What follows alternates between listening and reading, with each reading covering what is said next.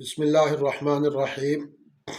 اللہ تبارک و تعالیٰ نے قرآن پاک میں ارشاد فرمایا، یضل بہ کثیرا و یہدی بہ کثیرا۔ قرآن پاک سے بہت سے لوگ گمراہ ہو جاتے ہیں اور بہت سے لوگ ہدایت پاتے ہیں۔ اب کون سے لوگ گمراہ ہوتے ہیں؟ قرآن ہمیں خود بتاتا ہے، فرماتے ہیں کہ الذین ینقضون عہد اللہ من بعد میثاقہ ویقطعون ما امر اللہ بہ ان یوصل ویفسدون فی الارض۔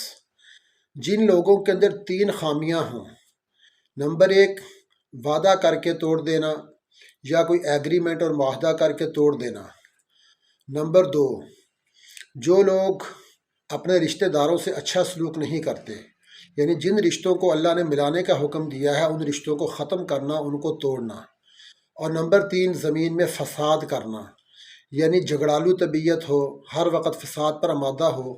اس قسم کے لوگ قرآن سے ہدایت حاصل نہیں کرتے بلکہ وہ گمراہ ہو جاتے ہیں۔ تو قرآن سے ہدایت کون حاصل کرتے ہیں؟ وہ لوگ جو اپنے وعدے کو، اپنے معاہدے کو، اپنی زبان کو پورا کرنے والے ہوں، اور اسی طرح رشتہ داروں کے ساتھ اچھے تعلقات قائم کرنے والے ہوں، اور اسی طرح تیسرے نمبر پر ان کی طبیعت کے اندر فساد کا مادہ نہ ہو بلکہ خیر اور بھلائی ہو۔ جب بھی کوئی معاملہ ہو تو اس کا وہ برا پہلو نہ سوچیں بلکہ اچھا پہلو سوچیں۔ تو ایسے لوگ جو ہیں وہ قرآن سے ہدایت پاتے ہیں۔